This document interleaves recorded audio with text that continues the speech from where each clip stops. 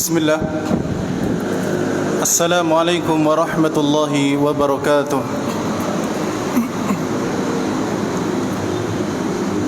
Alhamdulillah.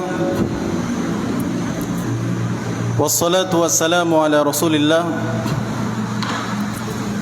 wa ala alihi wa mawalah, amma ba'du. Jamaah kaum muslimin wal muslimat rahimani wa rahimakumullah. Pada kesempatan sore hari ini, insyaallah kita akan lanjutkan pembahasan kita terkait dengan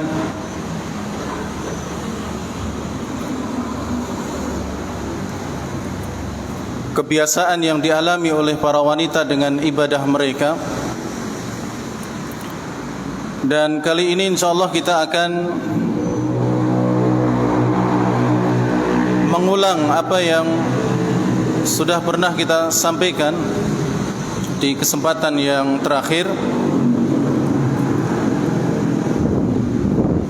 Namun tentu tidak sepanjang yang kemarin, mungkin akan kita singkat agar bisa mendapatkan poin-poin yang bisa kita fahami bersama.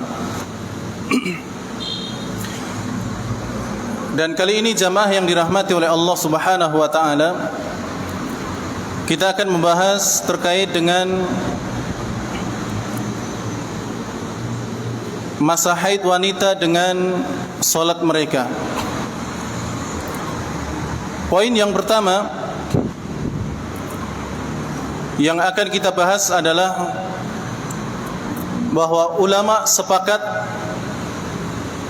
wanita yang sedang haid, demikian pula wanita yang sedang nifas, mereka tidak diperbolehkan untuk melaksanakan solat. Jadi solat termasuk ibadah yang tidak dibolehkan untuk dilakukan oleh seorang wanita yang sedang haid dan juga nifas. Apabila mereka nekat untuk melaksanakannya, maka salatnya tidaklah sah. Hal ini sebagaimana yang disabdakan oleh Nabi sallallahu alaihi wasallam di hadis yang lumayan panjang yang kemarin kita sampaikan. Nabi sallallahu alaihi wasallam pernah bersabda, "Alaisa idza hadatil mar'atu lam tusalli wa lam tasum?" Bukankah seorang wanita yang sedang haid itu tidak salat, demikian pula tidak puasa? Ini adalah dalil yang menunjukkan bahwasannya wanita yang haid ataupun wanita yang nifas, mereka tidak diperbolehkan untuk melaksanakan puasa dan juga salat. Poin yang kedua, masa haid bagi wanita adalah ketetapan Allah Subhanahu wa taala. Jadi mau tidak mau, masa haid bagi wanita adalah ketetapan dari Allah Subhanahu wa taala yang harus mereka terima. Hal ini sebagaimana kisah ketika Aisyah radhiyallahu taala anha berhaji, lalu kemudian beliau mengalami masa sebagaimana yang dialami wanita-wanita yang lain. Maka Rasulullah sallallahu alaihi wasallam mendatangi Aisyah yang ketika itu dalam keadaan menangis. Lalu Nabi bertanya kepada beliau, "Apakah kamu sedang haid?" Lalu Aisyah menjawab, "Iya wahai Rasulullah." Lalu Nabi sallallahu alaihi wasallam mengatakan, "Inna dzalika syai'un katabahu Allahu ala banati Adam." Inna dzalika syai'un katabahu Allahu ala banati Adam. Sesungguhnya masa haid adalah sesuatu yang telah ditetapkan oleh Allah Subhanahu wa taala untuk para wanita anak cucu Adam. Ya. Jadi ini sudah menjadi ketetapan dari Allah Subhanahu wa taala. Untuk anak cucu Adam dari kalangan perempuan, para wanita, maka mereka akan mendapatkan masa-masa yang seperti ini.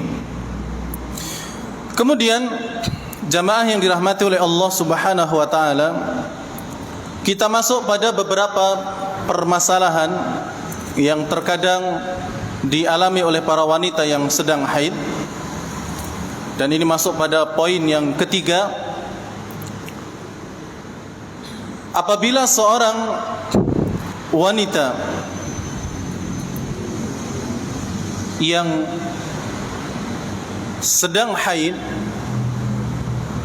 lalu kemudian suci atau bersih dari darah haidnya di waktu-waktu sholat, apakah sholat yang baru saja dia lewati, yang dia berada di dalamnya ini tetap dikerjakan ataukah tidak? Misalnya ada seorang wanita yang suci dari haidnya pada pukul 2 siang. Iya, pada pukul 2 siang. Pada pukul 2 siang itu masih pada waktu atau masih masuk pada waktu sholat zuhur. Apakah wanita tersebut harus tetap melaksanakan sholat zuhurnya ataukah tidak? Ya. Maka jawabannya adalah dia tetap melaksanakan sholat zuhur tersebut. Ya. Jadi ada seorang wanita yang dia haid, jam 11 masih haid, jam 12 masih haid, kemudian lewatlah adzan masih haid, sholat selesai masih haid, kemudian pukul 2 siang ternyata bersih, selesai sudah masa haidnya. Apakah sholat zuhurnya tadi tetap dikerjakan ataukah tidak? Maka kata para ulama, karena wanita tersebut bersih di waktu-waktu di mana sholat masih bisa dikerjakan dan masih bisa mendapatkan 1 rakaat, maka wanita tersebut wajib mengerjakan sholat zuhurnya, walaupun tadi dia lewati masih dalam masa apa? Haid. Tapi jam 2 siang itu masih waktu masuk waktu zuhur, dan itu masih bisa untuk mengerjakan sholat zuhur 4 rakaat secara utuh. Atau bahkan ulama mengatakan andaikan cuma tinggal dapat 1 rakaat harus tetap dikerjakan, ya. Jadi ini ibu-ibu juga harus difahami, kalau selesainya masa haid itu masih berada di waktu sholat yang tadi dilewatin, ya, yang tadi dilewati, maka masih tetap mengerjakan sholat yang tadi dilewati itu, sekalipun ketika itu masih haid, ya. Karena ya waktunya masih waktu masuk sholat zuhur, dan ini harus diketahui oleh ibu-ibu agar kemudian tidak menggampangkan, ya. Semisal tadi kan masih haid, kemudian sholat zuhur sudah selesai, kemudian baru jam 2 suci, ya sudah kalau gitu nggak usah sholat zuhur. Tidak demikian, ya. Ingat, waktu zuhur itu berhentinya ketika datang waktu asar, sehingga jam 2 itu masih bisa untuk mengerjakan sholat zuhur, karena memang masih di masa-masa waktu zuhur. Nah, kemudian jamaah yang dirahmati oleh Allah Subhanahu wa ta'ala, demikian pula apabila seorang wanita suci setelah sholat subuh selesai, ya, setelah sholat subuh selesai, sebelum matahari benar-benar terbit, ya, maka ketika itu dia harus tetap melaksanakan sholat subuhnya, ya, harus tetap melaksanakan sholat subuhnya, karena masih berada di waktu subuh ketika masa haidnya telah selesai. Kemudian jamaah yang dirahmati oleh Allah Subhanahu wa taala, poin yang selanjutnya, dan ini kasus yang lain, apabila ada seorang wanita yang mengundur-undur waktu salatnya, ya, menunda-nunda waktu salatnya, dia masih suci, belum terkena haid, kemudian dia mendapati waktu salat tiba, ya katakanlah duhur, ya, waktu duhur tiba masih dalam keadaan suci, lalu kemudian dia menundanya, oh nanti saja jam 1 atau nanti saja setengah 2 saya sholat duhurnya, belum sempat melaksanakan ya sholat duhur di waktu yang tadi dia inginkan, datanglah haid. Tadinya mau sholat jam 2 siang duhur, tapi ternyata sebelum duhur datang haid. Maka apakah sholat duhurnya tadi harus diqadha, ya, harus diganti tatkala nanti sudah suci, ataukah tidak? Ya. Ingat, diqadha di sini karena tadi sang wanita ini masih dalam keadaan apa? Suci. Ya. Kemudian dia mengundurnya. Ini jangan salah paham dengan hadisnya Aisyah radhiyallahu taala anha yang mengatakan bahwa ketika Muadzah bertanya, wahai Aisyah, kenapa seorang wanita itu diperintahkan untuk mengqadha puasa tapi tidak disuruh untuk mengqadha salat? Ya, jangan salah paham dengan riwayat ini. Ya. Riwayat ini berlaku bagi ketika wanita sudah haid, maka ketika dia melewati masa-masa salat itu maka tidak perlu diqadha. Ya. Adapun kenapa ini masih ada qadha ataukah tidak yang kasus ini? Ya karena tadi dia mengundur-undur masih dalam keadaan suci yang dia masih wajib untuk melaksanakan sholat, tapi dia undur sampai jam 2. Sebelum jam 2 datang haid, ya. Apakah sholat zuhurnya tadi harus diqadha ketika nanti suci ataukah tidak? Maka di sini terjadi silang pendapat di kalangan para ulama, ya. Ada ulama yang berpendapat dia wajib mengqadhanya. Kalau sudah suci, nanti sholat duhur itu harus diganti. Ya. Misalnya di 7 hari berikutnya, karena masanya mungkin 7 hari masa haidnya. Setelah selesai suci, mandi langsung diganti sholat duhur.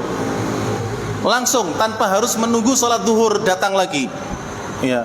Misalnya dia suci di hari ke-7 di jam 9 pagi. Maka dia harus mandi janabah, mandi besar. Setelah itu langsung sholat duhur, mengqadha sholat duhur yang 7 hari yang lalu dia tinggalkan, tanpa harus menunggu sholat duhur yang akan datang nanti. Seperti itu. Pokoknya kalau sudah suci, sudah mandi, apa yang harus diqadha langsung dikerjakan. Ini. Jadi ada yang berpendapat harus diqadha dengan alasan karena tadi dia telah apa? Menundanya masih dalam keadaan yang wajib dia untuk melaksanakan sholat zuhur. Kemudian alasan yang lainnya, karena wanita tersebut disuruh mengqadha sebagai bentuk hukuman, ya, karena telah menunda-nunda waktunya, ya, sehingga pendapat yang pertama mengatakan wajib diqadha, diganti kalau nanti sudah suci. Pendapat yang kedua tidak harus, ya, tidak wajib diqadha. Alasan mereka adalah karena seorang wanita memiliki masa untuk melaksanakan sholat lebih luas dibandingkan dengan seorang laki-laki, ya. Karena seorang wanita memiliki pekerjaan yang luar biasa di rumah tangganya. Dia harus masak, bahkan mungkin mencuci, kemudian juga mengurusi anaknya, mengurusi suaminya. Maka pekerjaan mereka berat, sehingga kalaupun mereka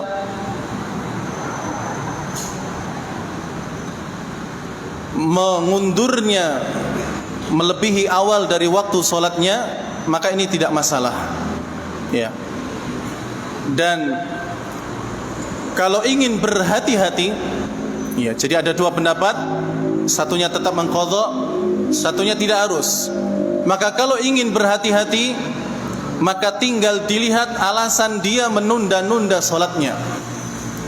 Kalau menunda salatnya dikarenakan malas, sebenarnya tidak terlalu berat pekerjaannya, atau pas waktu salat itu sebenarnya tidak ada pekerjaan yang berat, tapi dia menunda-nunda karena masih malas nanti saja, maka yang seperti ini lebih baik mengqadha salatnya nanti kalau sudah suci sebagai bentuk hukuman.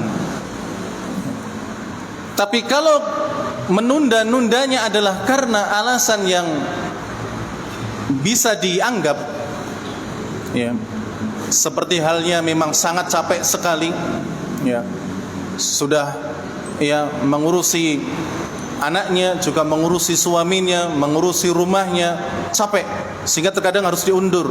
Belum lagi pekerjaannya kalau dia punya pekerjaan di luar, ya. Maka yang seperti ini, karena dengan alasan yang seperti yang tadi kita sebutkan, maka tidak perlu mengqadhanya, ya. Karena sekali lagi mereka memiliki waktu yang muwassa, ya, waktu yang luas untuk mereka pilih kapan mereka ingin mengerjakan salat zuhurnya ataupun salat yang lainnya. Ya. Ini permasalahan yang kedua sekaligus poin yang selanjutnya. Kemudian jamaah yang dirahmati oleh Allah Subhanahu wa taala, kasus yang ketiga.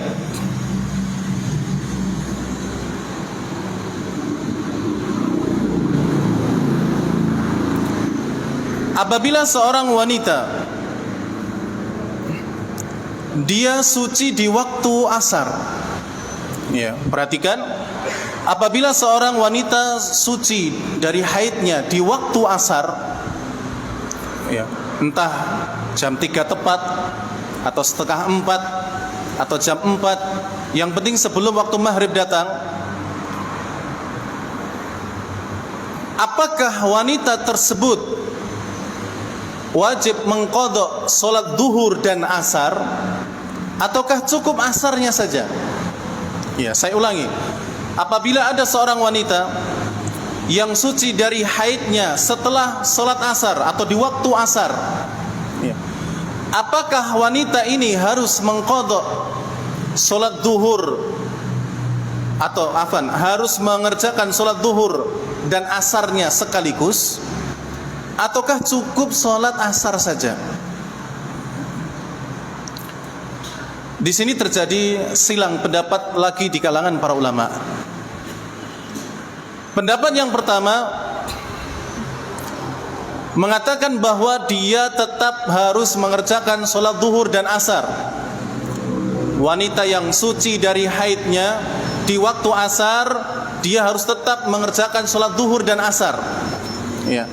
Alasannya adalah karena salat zuhur dan asar boleh dijamak bagi mereka yang punya udzur, sedangkan wanita yang sedang haid punya udzur, maka boleh dijamak, ya, jamak takhir misalnya.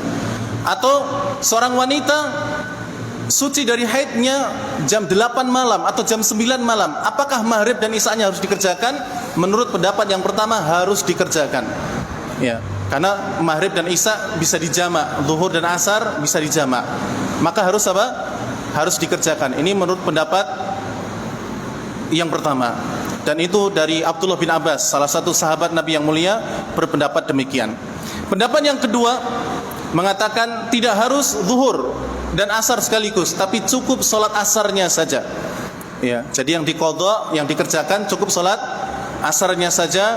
Dan wallahu taala a'lam bishawab, ini adalah pendapat yang paling kuat berdasarkan sabda Nabi SAW, barang siapa yang mendapati 1 rakaat dari salat asar sebelum tenggelamnya matahari, maka sungguh dia telah mendapatkan salat asar. Ya, beliau tidak menyebutkan adanya salat zuhur, ya. Jadi orang yang sudah masuk salat asar berarti salat zuhurnya sudah selesai. Kecuali kalau dia punya udzur seperti safar yang bisa dijamak takhir dan sebagainya. Jadi wallahu taala alam bisawab, pendapat yang paling benar adalah dia cukup mengerjakan salat asarnya saja. Kalau dia sucinya jam 8, jam 9 malam, jam 10 malam, maka cukup salat apa? Isyaknya saja. Salat maghribnya tidak usah, salat zuhurnya juga tidak usah. Wallahu taala a'lam bisawab. Demikian apa yang bisa kita sampaikan pada kesempatan kali ini. Waktunya sudah masuk pada berbuka.